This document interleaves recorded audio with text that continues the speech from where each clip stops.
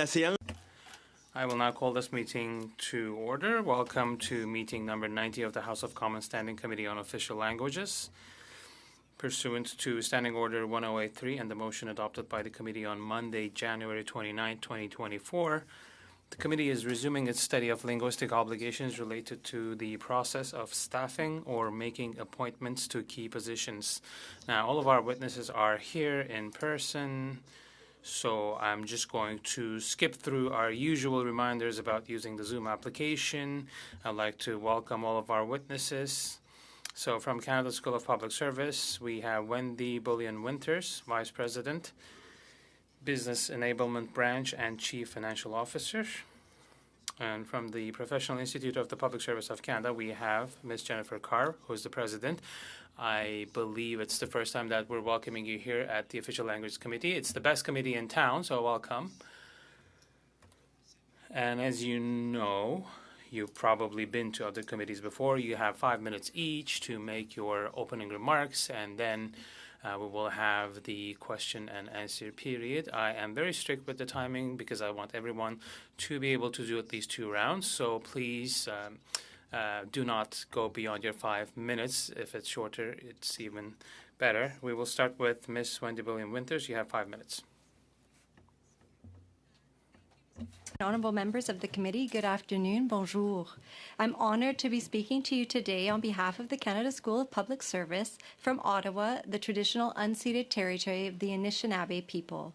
Notre mandat consiste à offrir aux Our mandate is to provide common standardized curricula and training to support federal public servants with the knowledge, skills, and competencies that are necessary to fulfill their responsibilities in serving Canadians.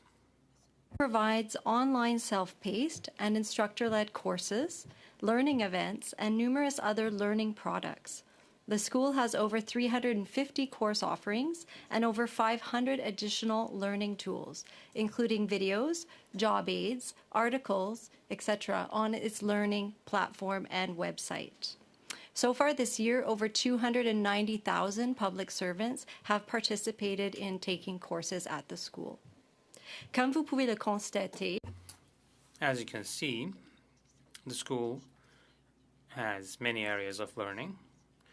However, Mr. Chair, today I will be talking more and specifically about areas pertaining to official languages. The school was established in 2004 when the legislative provisions of Part 4 of the Public Service Modernization Act came into force. The school was created as an amalgamation of 3 organizations, namely the Canadian Centre for Management Development, Training and Development Canada, and Language Training Canada. Prior to 2004, Language Training Canada was responsible for providing language training to departments. Starting from 2006, a series of government decisions stipulated that the school would no longer provide language training for acquisition of a second language, and they transferred the responsibility to departments. In other words, the school is no longer offering courses to learn a second language. Instead, it now offers learning products to help maintain the language skills already possessed. Offers access to 15 online second language training tools and job aids in English and in French to help public servants maintain language skills and to support their preparation for their second language evaluation tests. These tools include self-directed evaluation, simulations, and interactive tools designed to improve oral and written comprehension, pronunciation, grammar, written expression, and fluency in their second official language. The school also offers 2 courses on the Official Languages Act and hosts various learning events to raise the awareness of linguistic diversity and to promote an inclusive environment in the public sector. Cette année, nous avons tenu.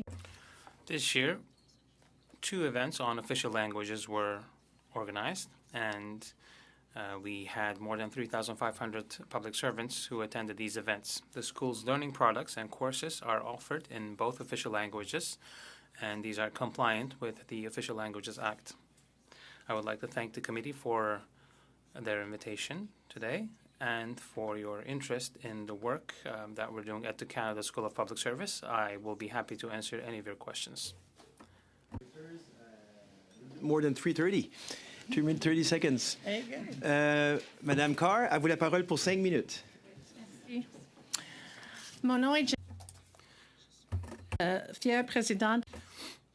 My name is Jennifer Carr, and I am the president of our Professional Institute of the Public Service of Canada. And our union believes in a country where people can pursue their careers successfully and access the services that they rely on in either of the official languages. We believe in this principle for our organization and for the public service of Canada. It's not just a fundamental right enshrined in the Charter, it's also an important Canadian value. That's why we stand behind the protection of both official languages and the protection of the many Indigenous languages spoken across our country.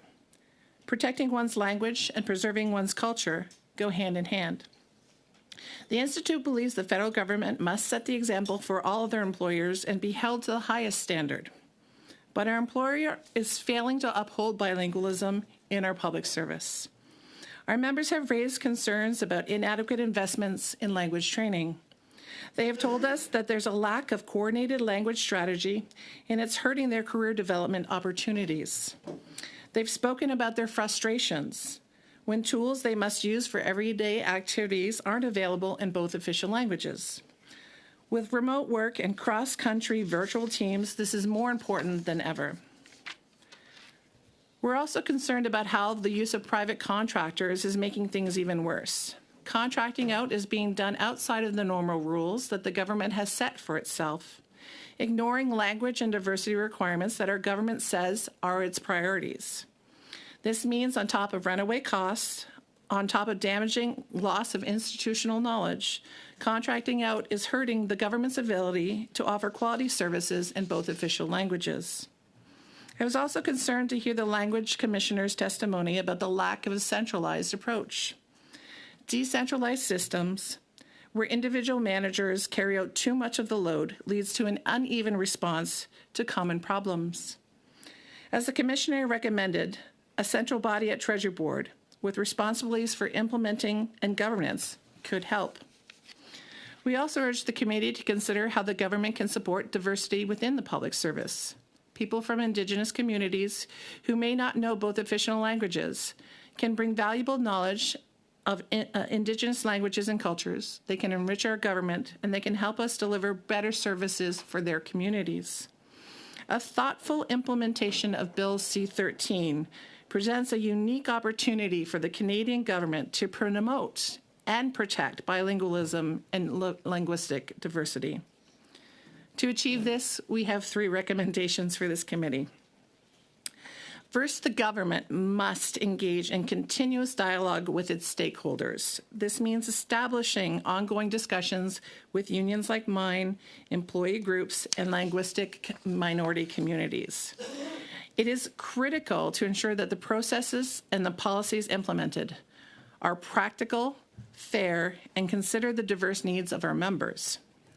Second, the government must provide comprehensive, accessible, and flexible language training opportunities for all employees.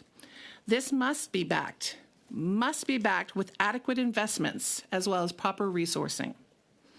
It is crucial that these training programs accommodate various learning styles, different schedules, and ensure equitable access for all. Third, the government must establish mechanisms for ongoing monitoring and evaluation of the implementation process. This must include seeking regular feedback from employees and their representatives to identify challenges and areas for improvement. The government should commit to clear implementation goals and a timeline that must be reported on regularly so that adjustments can be made if and when necessary. Treasury Board is in a unique position to show leadership and to establish a coordinated language strategy, one backed on properly funded language training. En préparant le rapport final, In preparing the committee's final report, we hope that you will take into account the concerns and suggestions of our members. Our goal is to make sure that your recommendations will benefit all employees and support the development of a public service that truly reflects Canada's linguistic diversity. Thank you, and I'll be happy to answer your questions. Thanks, Mrs. Carr. On va commencer la ronde de questions. We'll start the question round with a round of 6 minutes for each political party. We'll start with the first vice chair of this committee from the Conservatives, Mr. Godin. You have the floor for 6 minutes. Thank you, Mr. Chair. Thank you, dear guests. So the Public Service, Canada School of Public Service and the Professional Institute of the Public Service of Canada, do you work together? Do you work on some issues? Do you collaborate? Je reprends la question. Normally, no. I work most of the time with the Treasury Board. We don't really have this experience of having worked together, but the concerns of our members are shared. They are the same. We would like to see a public service that can meet people's service requests in both official languages. Thank you for the question. We have members that work at the school. We have IT technicians, IT professionals, and sometimes we do work together. Okay, so you have your clientele, which is the public service, and Ms. Carr has also her group of people in the public service. So would you be open to creating an institution that would be language specific? When it comes to working together, the structure that exists right now is that the unions speak directly to Treasury Board when it comes to Treasury Board policies.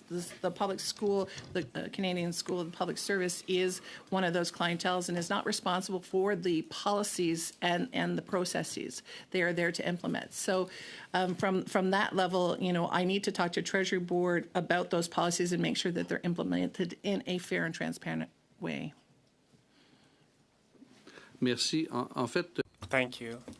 I have a very simple question for you, Ms. Carr. What do you do at the Professional Institute? I am the president. Are you bilingual? Yes. I just wanted to ask that. Ms. Carr, you said that there are 3 recommendations. The first recommendation is to start a permanent dialogue between the unions. So what you're saying is that there's not one at the moment. There is a dialogue, but it's not a constructive dialogue. Our concerns are not necessarily being heard, whether we receive information. Sometimes they listen, sometimes they don't. It would be important to have a more fluid dialogue. And it would be better to develop policy that would work for our employees and for the public service. As you may know, Ms. Carr, we tabled Bill C-13 at the time. We tabled an amendment to request that Treasury Board be fully responsible for enforcing the entire act instead of divvying up responsibilities. So if I can understand properly, it's almost as if this is not being heard, as from what you've said. The former bill, which is now a law, does divvy up those powers. And once again, we're seeing here it's falling between the cracks. Is this something that you've noted? Are you happy with how this played out? Occupation of mine. I think, I've come to many committees where I talk about the decentralization of services, and we did hear from the Canadian School of Public Service the decentralization and leaving those responsibilities for the department. It has created an inequity within the departments. Things have fallen through the cracks. Depending on where you work, if you work for a small agency or department that can put resources towards something, you get them. But other agencies may not put or or departments may not put the emphasis that is necessary to achieve what is asked under Bill C-13. Merci. En fait, j'ai une question rapide pour vous deux. Est-ce que vous... Thank you. I have a question for both witnesses. Do you train our senior officials with regard to language? Do you give language training to our senior officials? Yes, we offer a type of training. All employees can sign up for courses, even senior officials? Yes, senior officials can do that as well. Do they only go to you or do they go to other service providers? When it comes to acquisition, it's up to the department where they're working to provide that training. Chair, before going any further, I'd like to table quite a few motions.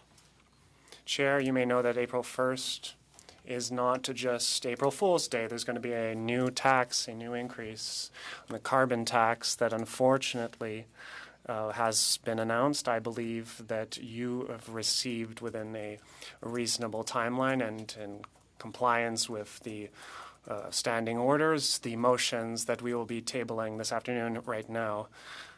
Chair, I believe that it is important that all groups in Canada be able to make I believe that all French expression groups here in Canada should be relevant to this. I will be presenting this motion on behalf of Acadians in New Brunswick, Acadians in Prince Edward Island, in New Brunswick, in Newfoundland. And the Chair, you wanted me to stop the time, but for another thing, you need to table this motion one at a time. This is not the motion. It's the preamble to the motion, if you will. The preamble. Yes. Chair, so what I wanted to say is that we're going to address this motion to all OLMCs across Canada. So I'd just like to complete my list here. We're going to represent Franco-Ontarians, we're going to represent Franco-Albertans, and people who come from Saskatchewan and speak French. I think it's very important to talk about these people because they will be affected by a 23% increase to the carbon tax. Chair, I would like to table this first motion, and I'll be reading it right now. The notice of motion was tabled in March. Whereas the data from Statistics Canada mean that official language minority communities are mostly located in rural and remote areas, whereas the carbon tax has a larger impact on rural communities and remote communities across Canada, whereas a 23% increase for the carbon tax scheduled for April 1st, 2024, whereas 70% of Canadians are opposed to this increase, whereas 7 provincial premiers have also spoken about their opposition to this tax. The opposition is asking for the government to reverse its decision to increase the carbon tax on the increase that is scheduled for April 1st. Thank you. Mr. Godin, I've read all of your motions, and for obvious reasons, I deem these out of order. We can start with the first one. Because due to Standing Order 108, these issues are not relevant to this committee. Chair, I think that we can defend official language minority communities here. I understand what your opinion is, but your motion is out of order. We need to follow procedure here. I challenge your decision, Chair. I didn't think I'd have to do that, but I am challenging your decision. Okay. I think it's important to be able to defend OLMCs. Let me finish, Chair. No. Mr. Godin, the motion is out of order. The content of the motion is out of order. I just wanted to give you arguments to maybe convince you to change your mind, but I don't see, obviously, as Vice Chair, you should know. As Vice President, as Vice Chair, I know. As Vice Chair of this committee, you know Standing Order 108 just like me. And that's what I wanted to say there. So you're challenging the Chair. All right, we'll follow procedure. So we'll start off with a vote. Madam Clerk, interpretation will resume. We're voting on the vote. Interpretation will resume after the vote. Bissestein, en français, la décision de la présidence est-elle maintenue? Je commence, Monsieur Drouin. Oui. Monsieur Iacono? Oui. Madame Kaya-Baga? Oui. Monsieur Sanson? Absolument. Monsieur Serré? Oui. Monsieur Dalton? Absolument non. Monsieur Généreux. Monsieur Généreux, pardon. Non. Monsieur Godin. Comme mon collègue, absolument non. Madame Cousy. Jamais. Monsieur Beaulieu. Oui. Oui. Madame Ashton. Oui.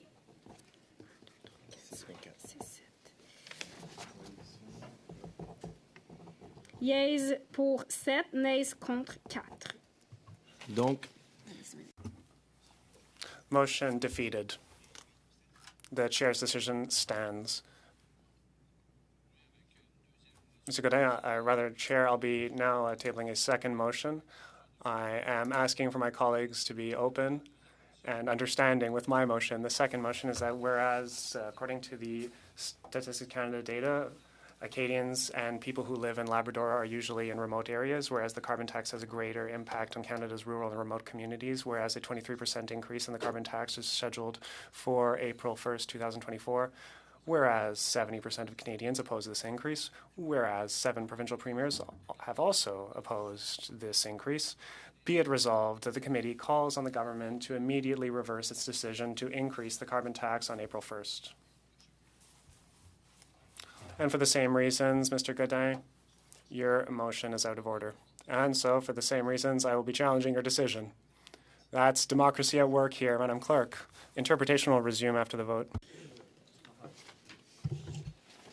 Donc, on vote sur l'appel de la décision. En anglais, shall the decision of the chair be sustained? La décision de la présidence est-elle maintenue? Je passe au vote. Monsieur Drouin? En faveur. Monsieur Iacono? pour. Madame Kayabaga? Pour. Monsieur Sanson? J'appuie le président. Monsieur Serré? J'appuie le président. Monsieur Dalton? J'appuie mon collègue ici. Monsieur Généreux? Je désapprouve le président. Monsieur Godin? En temps normal, j'approuve le président, mais pour ce vote-là, je vais voter contre. Madame Cousy? Contre. Monsieur Beaulieu? Toujours avec plaisir que je vote oui. Madame Ashton? Oui. Yeas pour 7, nays contre 4. Donc, décision du président. The chair's decision on the motion stands for the motion of Newfoundland. The chair's decision stands. Up to you, Mr. Godin. Mr. Chair, I'll be attempting another motion to see if there's not more openness, Chair. Point of order, Chair. We have witnesses with us today for an important study. The Commissioner recommended to us to invite these 2 witnesses to our committee, and then once again, the Conservatives are delaying our proceedings for reasons. I understand, Mr. Serré, but we have a procedure to follow. I know that it can be unfortunate for our witnesses. You know, they're here to testify after all, but we have to follow procedure. So, Mr. Godin, please go ahead. Mr. Godin gave the notice of motion, so if he brings them forth, we need to follow procedure. I'll go quickly, Mr. Chair. According to data by Statistics Canada, people in Newfoundland are usually New Brunswick are in remote and rural areas, whereas the carbon tax has a greater impact on rural and remote areas, whereas a 23% increase in the carbon tax is scheduled for April 1st, 2024, whereas 70% of Canadians oppose this increase, whereas the Premier of New Brunswick opposes this increase. Be it resolved that the committee calls on the government to immediately reverse its decision to increase the carbon tax on April 1st.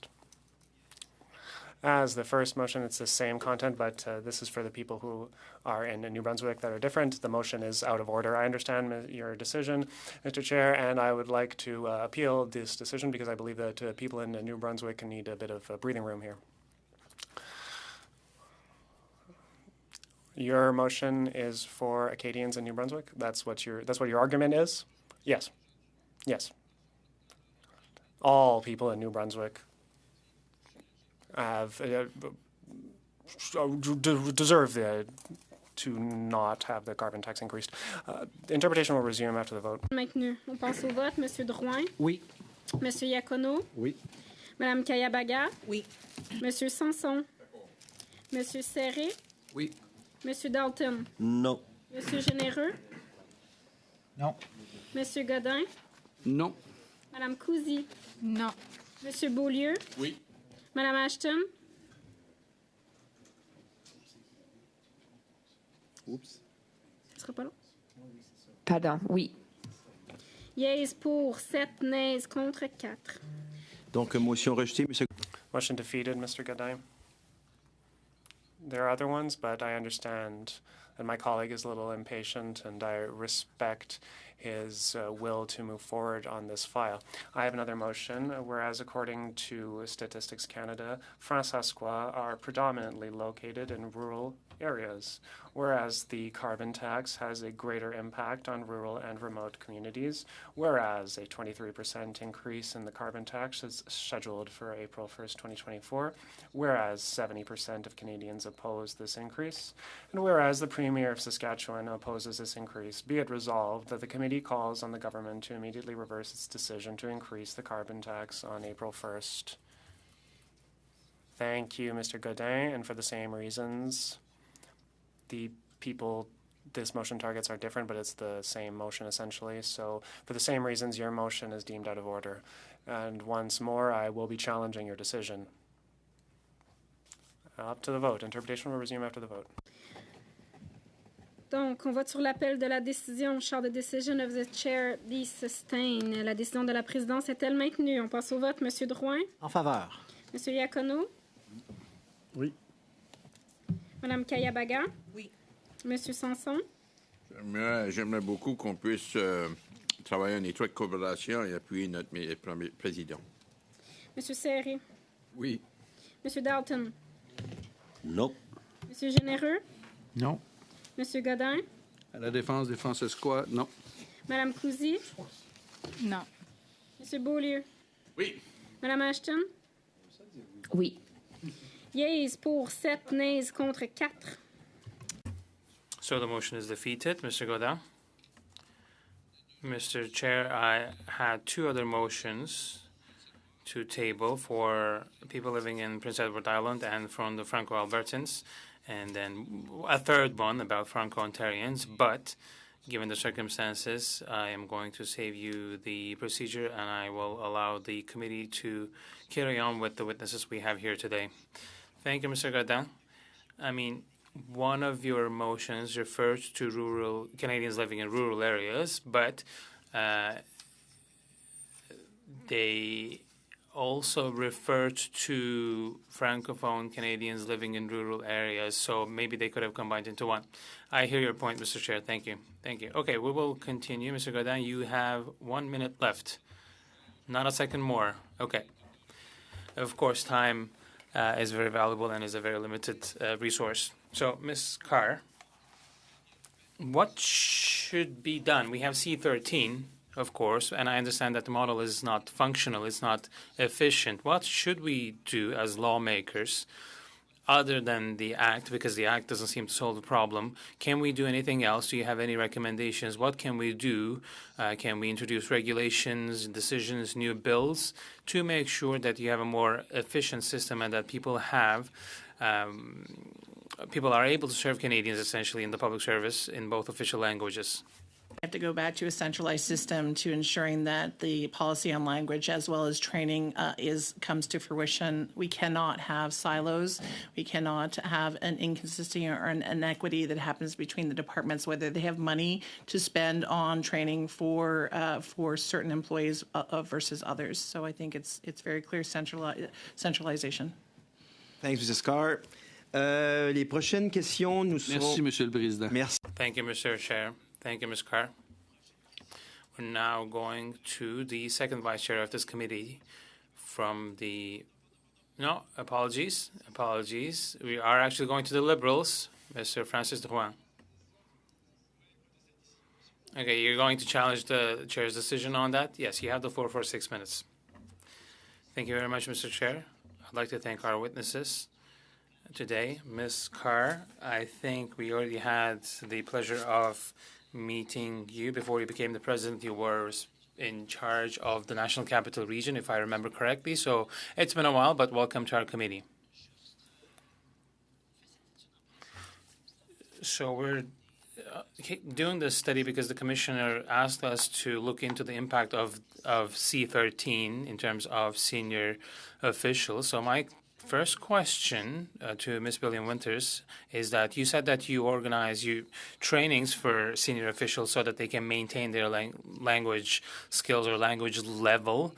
I don't really remember what the different levels are, AA or BB or different classifications, but in just language level maintenance training, is that the case? Yes. Since the decision in 2006, the School of Public Service no longer has the mandate for language acquisition training for a second language.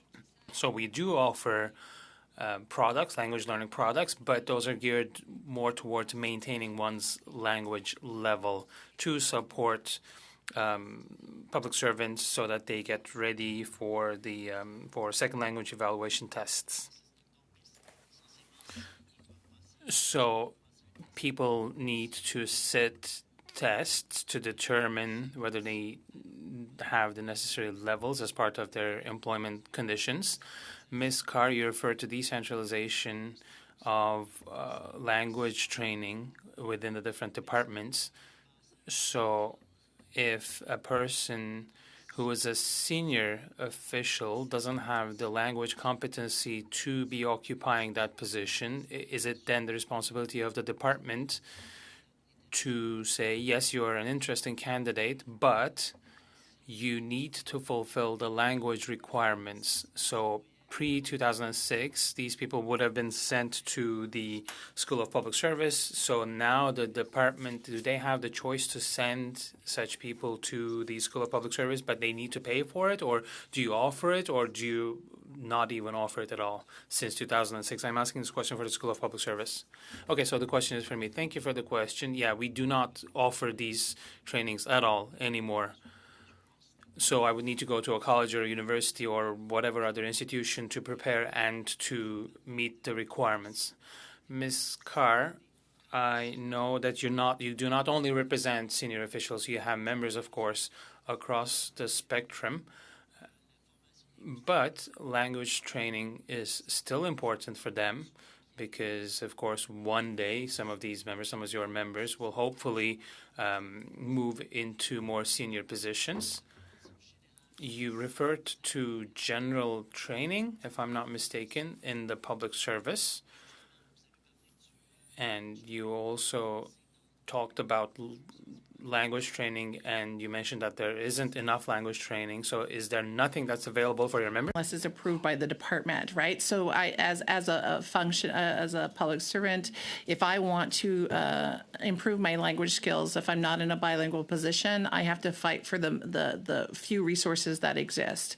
And I do want to, if you let me, the last question, when the government decentralized and took the responsibility away from the Canada Public School of Public Service for language training, it's created a whole area of contracted out. So we spend a lot of money on services that we pay for to receive a language training, but we don't have control over the quality of that training. We don't have any metrics on that training and whether people are getting the language that they need through that training. So we've lost all capacity to do matrices on the efficiency and the ability to know how the training is happening.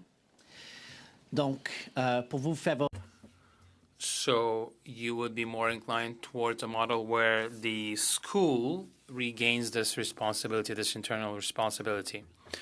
I have another question. You referred to the Treasury Board, who is the main responsible entity for the implementation of the policy, but not necessarily the day-to-day in terms of training. How do you see the Treasury Board's role with C13?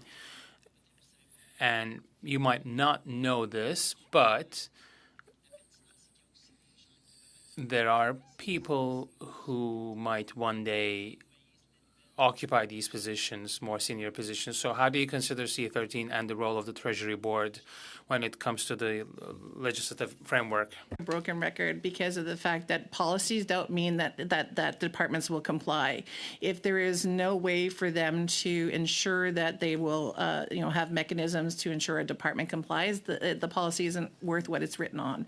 They need to have centralized control. They need to have metrics that make the departments responsible for actually meeting the targets, and then have levers to hold them accountable.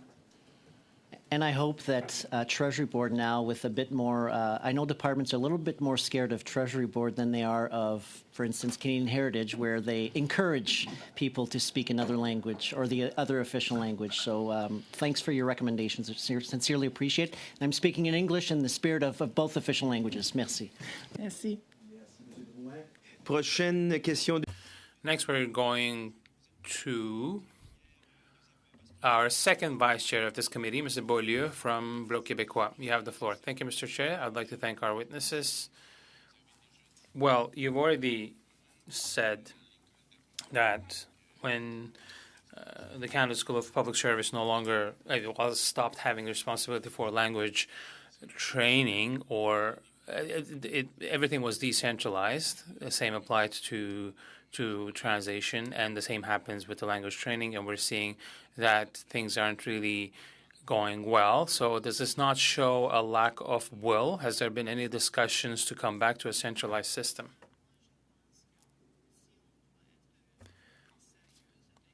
I mean, if you want to be serious when it comes to the official languages, the Treasury Board needs to centralize things, but we also lack the resources.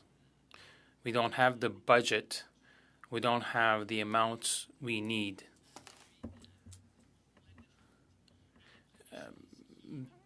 Departments have less and less financing, and when that happens, the first things they cut back on is training and travel. Thank you, and you do speak a perfect French. It is a bit discouraging because on the one hand, there's the rhetoric from the government talking about reinforcing French, and they come up with bills and good intentions. But when you look at the facts on the ground, well, it's always too costly to translate documents into French or to provide efficient training in French. So I think we will have to really take action. We will, of course, publish a report on this, and we will need to ruffle some feathers. And the Yvonne Barrière from one of the labor unions also was saying that things need to change.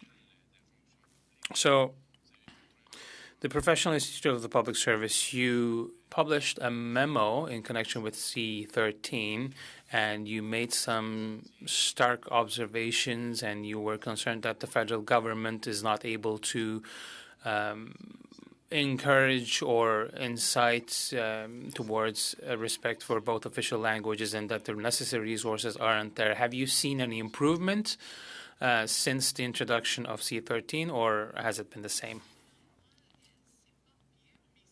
It hasn't gotten worse, but it has not improved either. Things aren't changing fast. The Act was meant to accelerate the improvement in connection with both official languages, but we have not seen that. Thank you. You were already saying that there is an inequality when it comes to language requirement of different positions. I'm not sure of fully understanding your sentence, but maybe I didn't do a great job translating it myself. But we've seen some problems when it comes to language requirements, and so you feel free to answer. Any one of you this question. So people who do not speak French are accepted into bilingual positions, and then they make promises to get training, or they're offered training, and sometimes the outcome isn't great, sometimes it's okay, but then people do not really keep practicing their language and they go back to English. When we changed the Public Service Employment Act and we said, and we made language a requirement, we did ourselves a disservice, which means that we didn't allow people to have the opportunity to get the training that they needed to become bilingual. One of the things that I'd like to point out is that the position is bilingual, not the person. We have a lot of bilingual people who sit in unilingual positions, and I think that is not in a good way, that we need to know who can perform in what official languages. But it's very clear to me that people who serve the public need to be able to speak in both official languages. It's not a nice to have, it's a requirement. Parce que dans un... We heard in another meeting that when a bilingual position is vacant or open, that information should be available before assigning someone to that role, or the rule has to be really implemented and the people really has to speak French. Some people might have difficulty learning languages and it might be hard for them, but in other cases, if you don't even have the resources, then that's a different story. Would you agree with something like that? Be able to hire somebody in a bilingual, non-imperative role, which meant that would give them time, a year or 2 years, to actually obtain their language certification.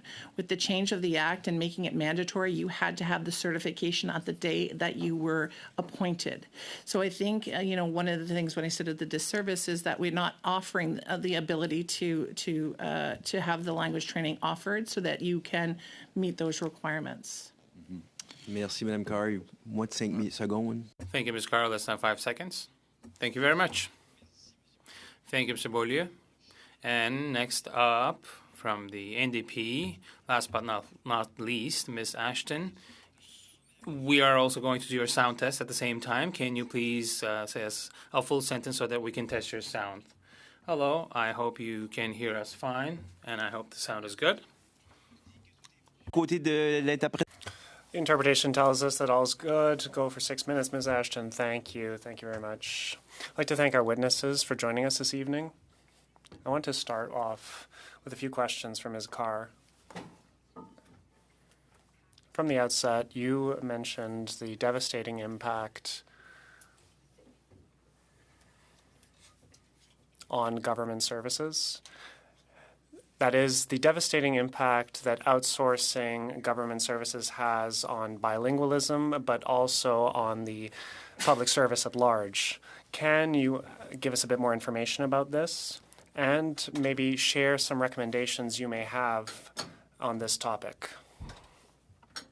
I think, again, when we're talking about the pitfalls of contracting out, we talk about we have less accountability, we have less transparency, we spend higher costs, but when it comes to things like language training, we don't actually have the matrices as well. So it's a checkbox or a performance.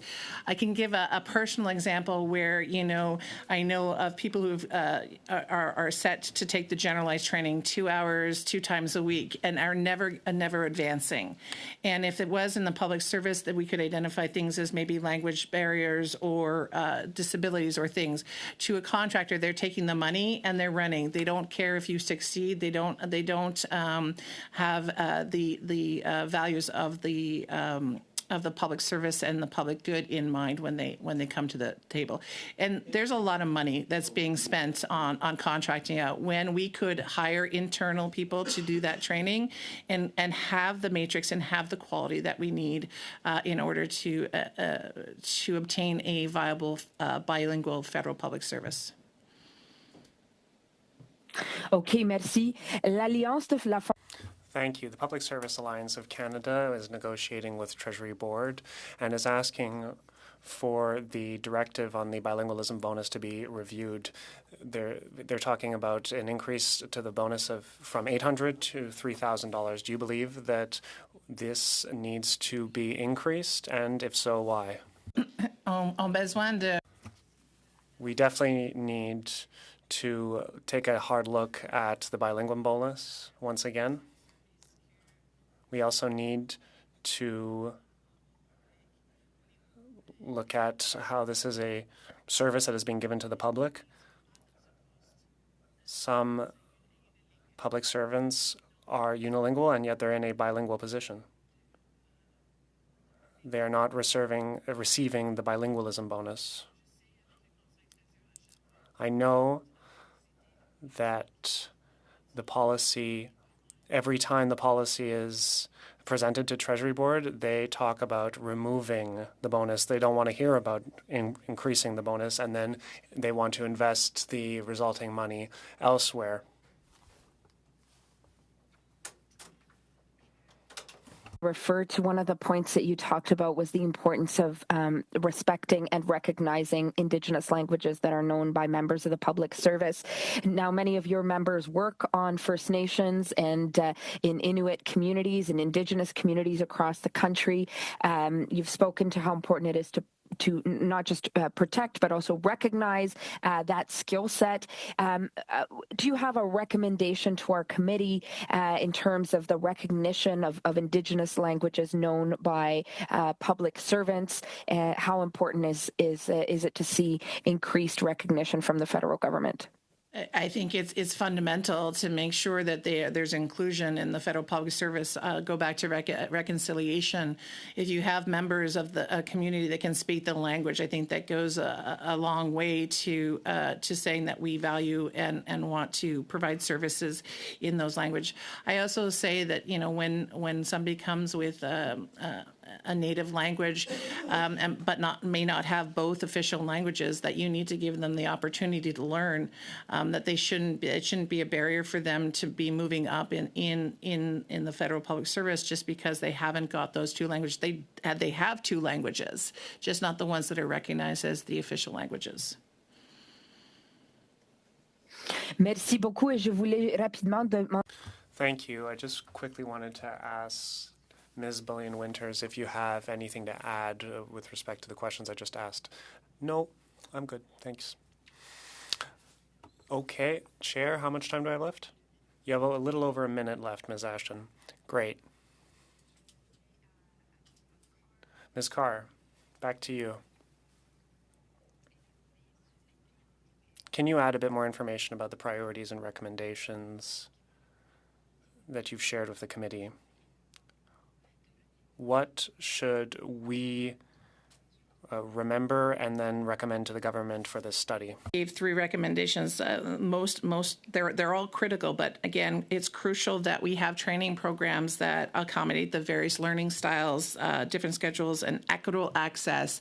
It shouldn't depend on whether my department has funds. It should depend on the priority of the government. I will share a story with you. I am a person who has neurodiversity issues, and when I self-identified as needing, accommodations for language training, I was passed over time and time again because I couldn't fit the prescribed 2 hours a week. So I think we need to look at that. Thank you, Mrs. Carr. Merci, Madame Ashton. Il manque peu. Thank you, Ms. Ashton. Thank you. Time is short for the second round because we have a few budgets to adopt before leaving at 6:30. So I will allow for 2-minute questions. I know 2 minutes is short. 1 minute for the bloc and the NPD and the NDP. Mr. Dalton, you have the floor for 2 minutes before closing. 290,000 people have taken courses just this year alone. What is the average number of people that actually take the courses in the year, and what is the motivation? Is it really for advancement? Yes, thank you. Thank you for the question. This year, we've had more than 41,000 registrations for the courses that pertain, the 15 courses that pertain to official languages. We've had more than 41,000 registrations for that, so I feel that's encouraging. And it shows that public servants are interested in maintaining their second official language and in the learning products that we offer. So, okay, I had heard 290,000. I was kind of blown away by the number. So, but since the beginning. Okay, great. Do you actually have teachers, or is everything kind of online and the people they're directed by the questionnaires and that sort of thing? Do you have instructors working with people?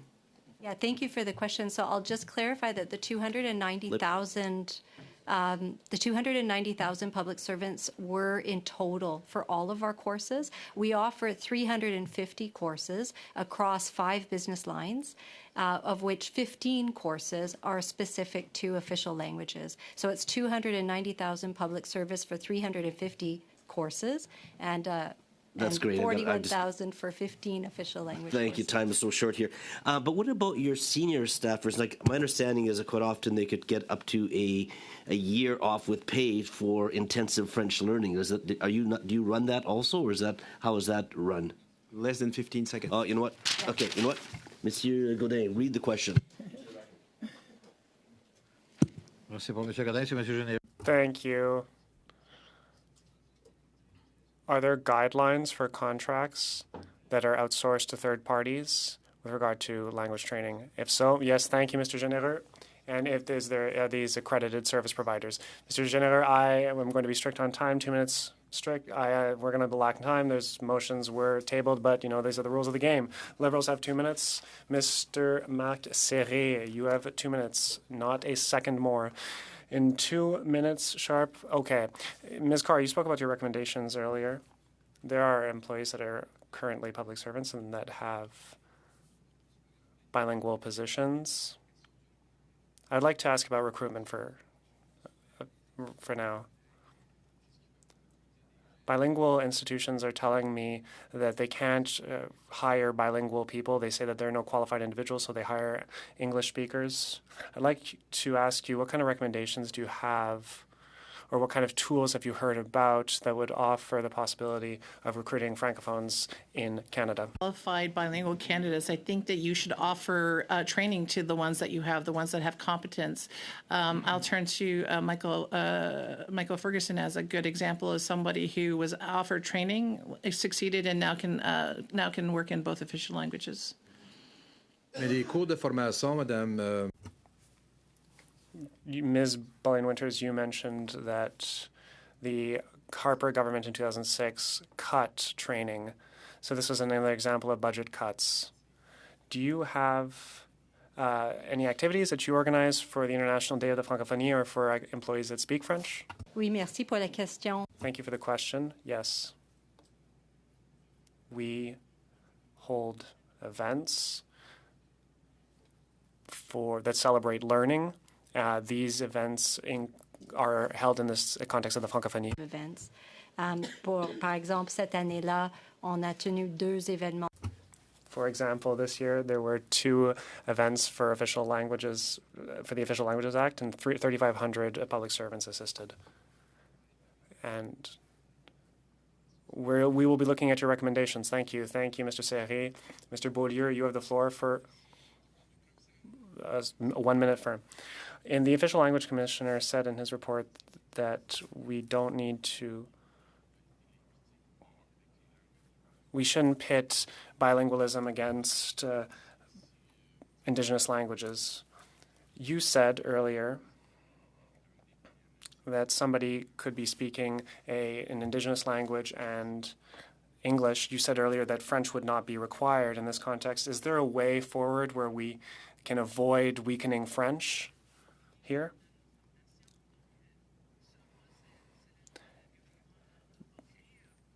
The government needs to be able to offer the training in the language that is missing from this portrait, and then somebody could speak 3 languages instead of 2.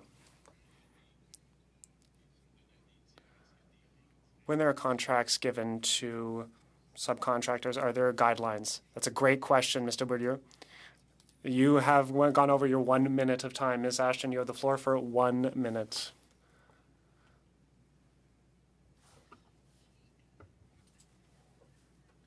Ms. Carr, one final question for you. Language learning services, but I'm wondering sort of in terms of the impact of broader outsourcing within the federal public service and the impact it has on bilingualism within the public service overall, if you could speak to that and what we as a committee should be taking forward given this reality.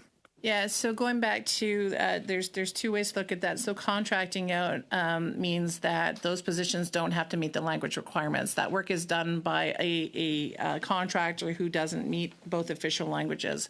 So we need to make sure that the values or what the government is saying as their priorities are still met, even when we're contracting. So maybe making those part of the contracts.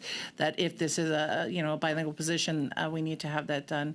I also think from a perspective of contracting out the language services, again, we get less accountable, transparent. We don't have the standards, and we need to make sure that when we offer language training, that everybody has equitable access to that training. Thank you. And make sure that everyone has that. Thank you, Mrs. Carr. I know I see the time. I'll answer the questions afterwards too. Yeah, I know, but before we leave, thanks for all your comments, Mrs. Bolden-Winters and Mrs. Carr. If there's anything, I know we're. As a chair, I know that I compress everything because I look at the clock right now and we have other things to deal with before 4 minutes. Is there any other information that you think we should be aware of? Please provide it in writing to the clerk. Et la greffière va partager avec tous les membres. Donc, n'importe quelle information. The clerk will then share it with all committee members. If you have additional information, our people know what to do. Everyone has a phone with a clock on it. All relevant information that could help us as a committee can be sent in writing. This is if you deem that you did not have enough time, send it to our clerk. We'll look at it and we'll consider it for our report. Thank you very much. Before adjourning the meeting, there are 2 budgets to approve. You received a copy earlier. So is it the pleasure of the committee to adopt a budget for the study of federal funding for official language minority post-secondary institutions in the amount of $16,900? Chair, I just had a question for the clerk. Are these costs similar to the ones of other studies, or should be the same studies based on the trips of the past? I looked at the witness list for everyone. I looked at the cities where the witnesses are coming from. The amounts are larger here because a lot of witnesses are coming from the easternmost and westernmost parts of the country. Yes, I'm a true conservative. Mr. Boudier, you have the floor. This is so that they come in person. Yes, if they're in Zoom, it's going to be less expensive. We have a budget that said that, and it's better to have these figures than to go under budget because then you can't ask for more money. So is this budget adopted? I have other things to mention before leaving. Is it the pleasure of the committee to adopt the budget of the study of linguistic obligations and the staffing or appointment process for key positions in the amount of $5,250? That's the study that we are doing right now, right?